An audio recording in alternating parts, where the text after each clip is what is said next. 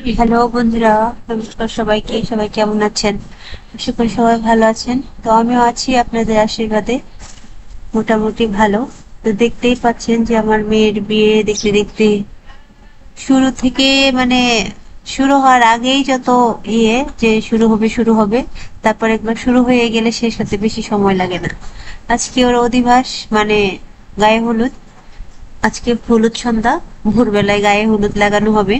তো আমাদের এখানে নিয়ম আছে, অধিবাসের দিন মাছ এনে মাছকে পুজো করা হয়। তো সেই নিয়মই পালন করা হচ্ছে, দেখতেই পাচ্ছেন। এদিকে আবার হালকা বৃষ্টি বৃষ্টিও নামতেছে, ভয় লাগছে। আপনার একটু আশীর্বাদ করবেন, দিন যেন ভালো থাকে। কারণ সেই বাড়ি থেকে সেই একদম আমার নিচ পর্যন্ত প্যান্ডেল, বৃষ্টি আসলে সব ঘেটে যাবে। তো আপনারা সবাই আশীর্বাদ করবেন, বৃষ্টি যেন চলে যায়, এই দুদিন যেন আর বৃষ্টি টিষ্টি না আসে।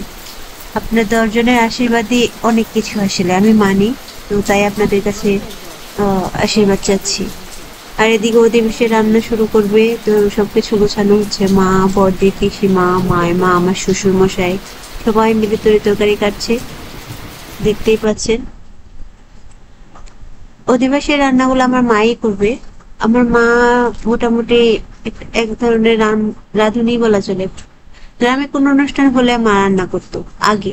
এখন তো মা অসুস্থ, সেই কারণে কেউ আর বলার সাহস করে না। কিন্তু যেহেতু আমার বাড়িতে অনুষ্ঠান, তাই মা বলে ঠিক আছে আমি রান্না করব। বসে বসে রান্না তো করব, কিন্তু আসলে বসে বসে রান্না তো আসলে রান্না না, দৌড়াদৌড়ি করতেই হয়। তো যাই হোক, হাতে হাতে সব গুছিয়ে নিয়ে মা রান্না করতে বসে পড়েছে। আজকে শুধু মাছই রান্না হবে। আগামীকাল যখন বর আসবে তখন হচ্ছে আবার মুরগি, রোস্ট এগুলো রান্না হবে। তো আমাদের মধ্যে তো অধিবাসের মধ্যে বললাম মাছের পুজো করা হয়। আপনাদের ওখানে কি কি করা হয় অবশ্যই জানাবেন। তো রান্না প্রায় শেষ, রসা ভাজি সবকিছু শুরু হয়ে গেছে। এই যে ডাউল, চচ্চড়ি, শুক্তো সবই।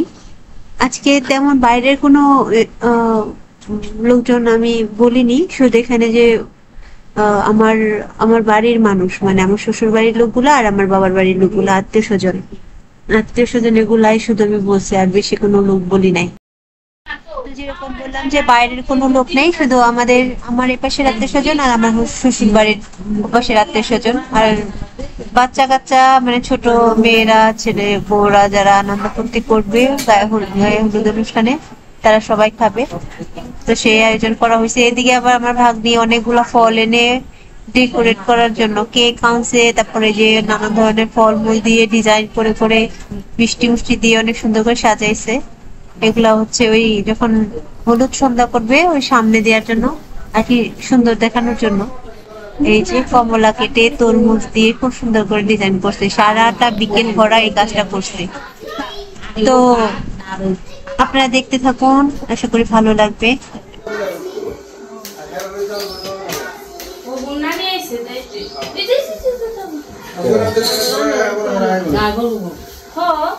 সমস্যা কি কও যে এই বাড়িতে আমরা সবাই এই জায়গায় আই সোজা এই জায়গায় আইতে তো এই হুন্ডার আছে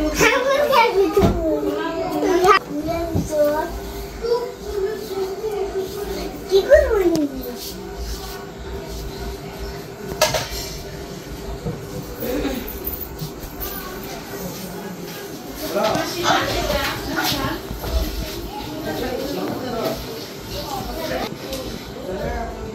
গড়াই করে না তো সব পান খুব আনন্দ করছে এদিকে, আর ওইদিকে সব গোছানো হয়ে গেছে, দেখা যাক। আর এখানে কেক আনা হবে, তারপরে যে ফল দিয়ে যে সমস্ত জিনিস সাজানো আমার ভাগ্নি, ওগুলা সব হচ্ছে এখানে দেবে, দিয়ে কেক টেক কাটবে, অনুষ্ঠান করার জন্য বসে পড়ছে। এটা হচ্ছে আমার ননদের বড় মেয়ে, ওর বিয়ে হয়ে গেছে, ও আসছে ওর ছেলে নিয়ে। এই যে ওর ছেলে খুব আনন্দ করছে। তো চলুন, এরপর হচ্ছে কেক কাটা হয়ে গেলে নাচ গানের আয়োজন আছে।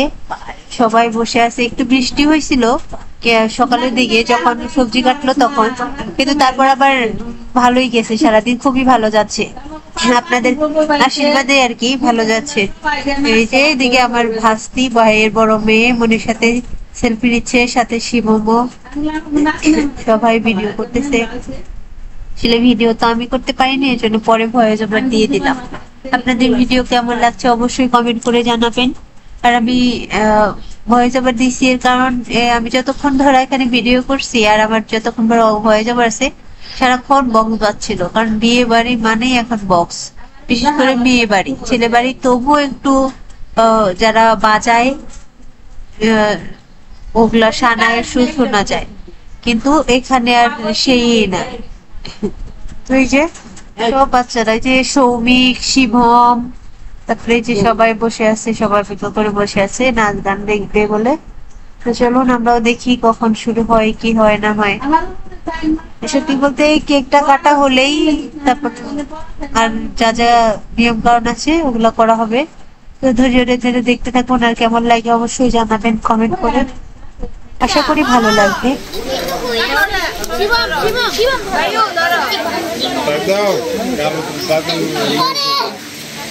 ওই হাততালি দাও সবাই।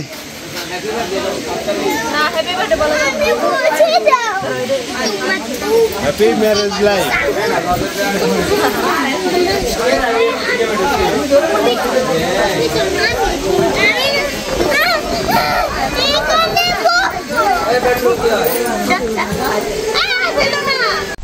তো এই যে দেখতে পাচ্ছেন যে ওদের কেক টেক কাটা শেষ। এখানকার হলুদ গায়ে মানে হলুদ সন্ধ্যার কাজ মোটামুটি শেষ। আবার ভোর রাত্রে গায়ে হলুদ হবে। এখানে হচ্ছে শিবম, তারপর রোদেলা, মণি, নুপুর, তারপরে হচ্ছে আমার ভাগ্নের ছেলে, তারপরে আমার এক মাসির ছেলে, তারপর সৌমিক, সবাই বাচ্চারাও আছে। তো এখানে এগুলা সাজাইছিল খুব সুন্দর করে। এই যে কমলার মুখে মনে হচ্ছে যে একটা মেয়ের ছবি করে। সাধু যান মামা, মামা সাধু যান, পরিষ্কার আছে।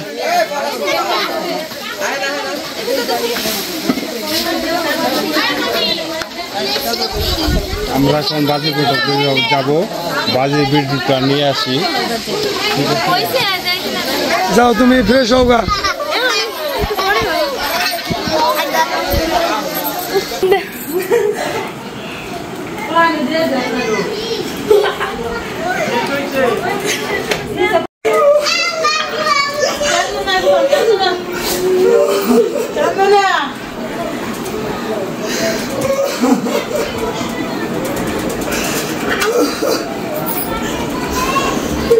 সত্যি বলতে মনিকে ওর বাবু কুলে নিয়ে বাইরে থেকে ঘরে আনলো আর বললো যে কুলের মেয়ে বিয়ে দিচ্ছি, তাই কুলে করেই রাখো। সময়টা ছিল অনেক কষ্টের, কিন্তু যাই হোক হলুদ সন্ধ্যার কেক কাটার পর আবার সবাই মিলে খুব আনন্দ করছে, নাচানাচি করছে।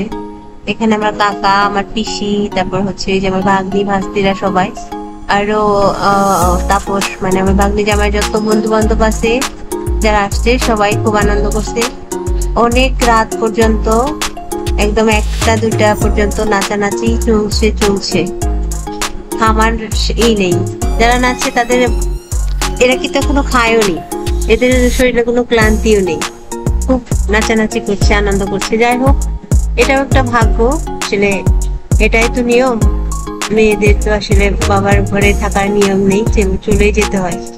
যদিও কান্নায় মন ভেঙে আসে, তবু এটা যে নিয়ম সেটা ভেবেই মনকে সান্ত্বনা দেয় যে না, আমিও তো আমার বাবার ঘরে নেই, আমিও তো কোথাও এসেছি। এটাই দুনিয়ার রীতি, যে আমাকেও আসতে হয়েছে, আমার সন্তানকেও যেতে হবে। এর আগেও আমি এই কথাটা বুঝলাম, তো সেটা ভেবেই মনকে সান্ত্বনা নেই। তো এরা খুবই আনন্দ করতেছে, আনন্দ ফুর্তি শেষ হলে এদের খাওয়া দাওয়া করানো হবে। অবশ্য গ্রামের মানে আমার যারা শ্বশুর বাড়ির আত্মীয়, মানে আমার বাড়ির লোক যারা, তারা আমাদের গ্রামে তো আপনারা দেখছেন যে ধান লাগছে কি পরিমাণ কাজ, সবাই কাজ করে রাত্রে জেগে জেগে আসলে এরকম নাচ গান দেখা শরীরে আসলে চাঁদ দিতে চায় না। সেজন্য আর কি তারা খেয়ে দিয়ে চলে গেছে, অনেকক্ষণ ওয়েট করেছিল। আসলে তাদেরও দোষ না, আমাদের এই যে সব নায়িকাদের সাজতে অনেক দেরি লেগে গেছে। আমার ভাগ্নিতে মাত্র শুধু শাড়িটা পরে আসলো, সাজতেও পারে নাই। ওরা তো তাও বাস্তিরা যদিও একটু সাজছে, ও তো সাজতেও পারে, শুধু কাপড়টা পরে। অনেকেই চলে গেছে, আর যাদের ধৈর্যে এখনো মানে সাথ দিচ্ছে তারা বসে আছে। তো দেখতে থাকুন। আর এখানে গান আমি ছিল তাই দিতে পারিনি, এর জন্য আমি ভয়েস ওভার দিলাম। তো নাচানাচি শেষে অনেকগুলো বাজি আনা হয়েছিল, সেই বাজিগুলো ফোড়ানোর জন্য ছাদে নেওয়া হয়েছে। আমি অনেক ভয় পাই, আমার খুব ভয় লাগে, কিন্তু আবার দেখার জন্য, ভিডিও করার জন্য আসছি দৌড়াই, যে ওরা সব ই করছে, বাজি ফোটাচ্ছে, আমার দেখতে যাই। তো এই যে দেখুন খুব সুন্দর।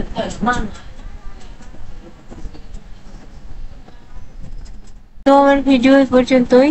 কেমন লাগলো আজকের ভিডিও অবশ্যই কমেন্ট করে জানাবেন, আর ভালো লাগলে লাইক করতে ভুলবেন না।